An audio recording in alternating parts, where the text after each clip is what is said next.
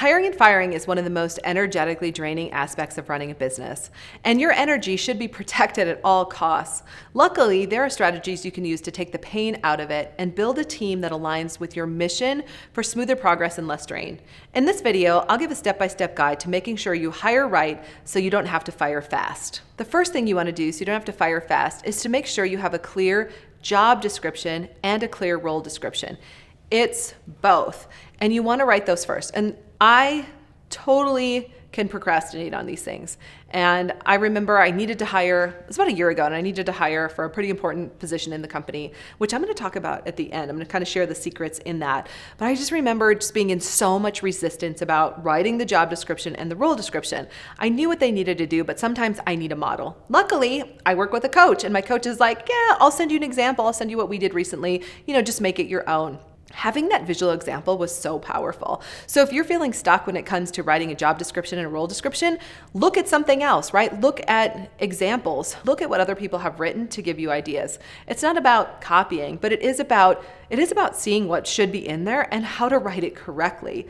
Taking the time to write a solid job description and a solid role description will save you time down the road, even if it's painful right now. Here's my second tip when it comes to hiring slow and firing fast.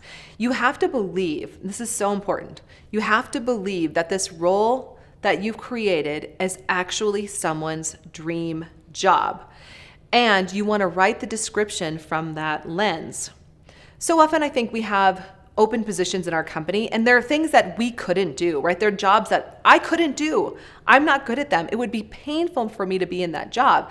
And yet here I am trying to write the job description. So what's important to that is to shift the perspective. So it's not about you, right? It's coming from a place of thinking, this is actually someone's dream job. How would it read? And what would they need to know so that they could connect to that position and reach out to you? And again, this might take some work. You might have to let go of some limiting of beliefs about this being someone's dream job, but truly, it can be someone's dream job. And you can put things into this job that will make it even better than they might have expected. But you have to step into their shoes first. Write the description from the lens of that perfect employee who would be so excited to hold that job. Quick thing, stick around to the end because I just hired someone using this strategy, as I mentioned, and I will tell you what they said to me about the job description. You're going to want to hear this. The third thing you want to know when it comes to hiring slow and firing fast is to put your job description out in the world. Put it everywhere. Share it with everyone. Ask people to pass it on because you never know who's watching. With this specific job that I'm talking about, I actually put it out on Indeed. I put it some other places, and then I also sent it out to our list, and I put it out on social media. Well, it just so happened that somebody was watching. Somebody who knew that this was their dream job was watching, and they saw it flash on social media, and they reached out to me. If I hadn't been willing to put the job out everywhere and ask everyone to share, that person wouldn't have seen that opportunity. And so it's so important to make sure you get as many eyeballs as possible watching. I'd love it in the comments below if you would show where you've had success finding the right people to hire. When it comes to hiring slow and firing fast, you want to put a clear 90-day plan together for that person before they come on board. I like to co-create that 90-day plan. I want them to have input into what that plan would look like and what they think they could achieve in that 90 days. This is so important because so often I see employers saying, well, here's what 90 days would look like at our job. In an interview, that's a question I ask. I would say, tell me about your first 90 days on the job. What would you do? This is especially important in a sales role because I'm listening to find out what they're bringing to the table. What do they already know about my company? What have they done in the past? What are their transferable sales knowledge that they're bringing with them, right? Those are all things that I'm looking for. If when I ask that question, they really can't give me a clear answer of what they would do in the first 90 days, they probably aren't a fit for the job. And that's okay. That's given me a lot of information. Now, let's say they give me a really clear description of what they would do in their first 90 days.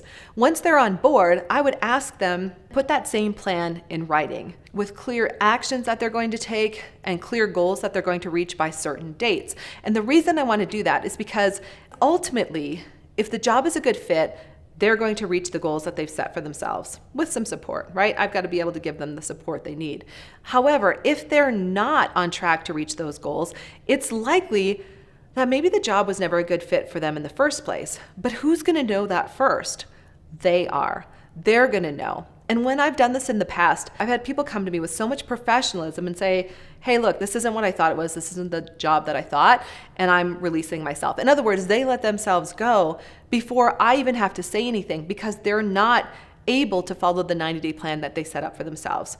This is one of the most powerful things I've done, especially with salespeople, because it quickly shows if they're going to be successful or not. And if a salesperson isn't successful in a job, they're not going to stay because they're typically paid on commission. If they're not going to be making any commission, they're going to go somewhere else anyway. Since you're still watching, I want to thank you for hanging out with me.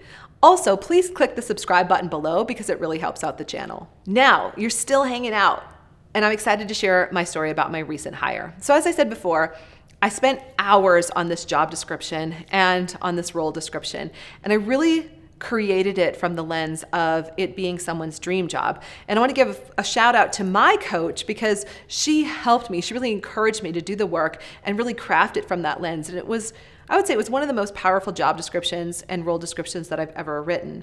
As I shared, I put it out everywhere. And the person who found it on social media. And later, I'll never forget this. When we were in the interview process, she said to me, we're on Zoom, and she said, Ursula, I just want you to know that based on everything you've shared with me in this job description, this is my dream job. She said those exact words.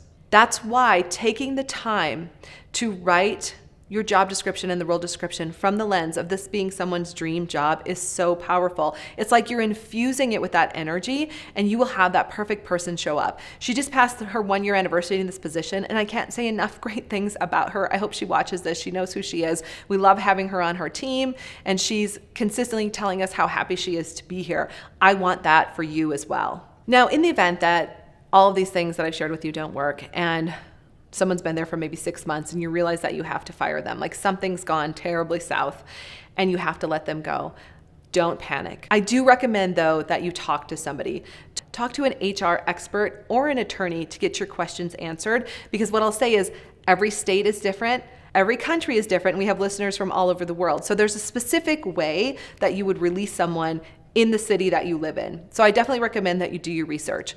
At the same time, once you've done the research and you know the process, the legal process that you have to follow in your city, in your state, in your country, then follow through in a very professional way. I'm a big believer that people are doing the best that they can most of the time, right? They're doing the best that they can based on where they are in their life. And sometimes people's lives go south and things aren't going well, and then things don't go well at work. And that's just the way it is sometimes. It doesn't mean we can't extend grace to that person or have a very professional parting.